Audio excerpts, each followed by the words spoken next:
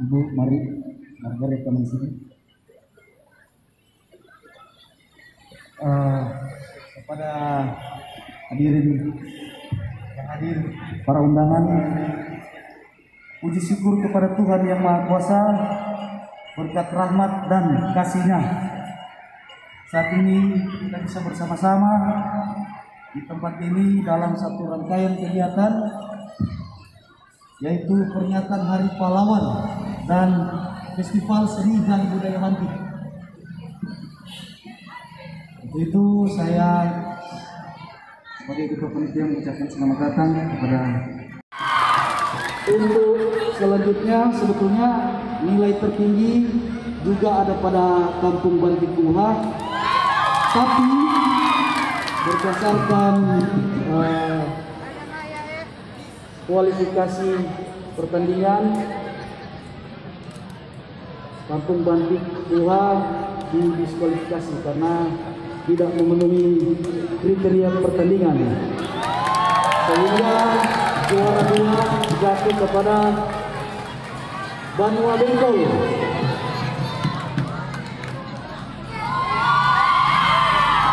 Untuk Umpasan Bantik juara 1 Kampung Buha.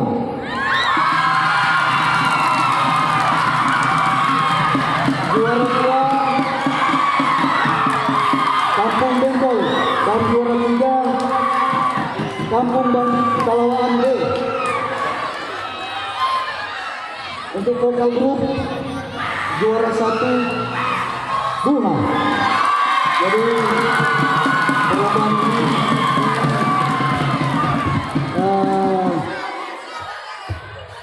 diambil semua oleh Kelurahan Buha. Baik, demikian, terima kasih untuk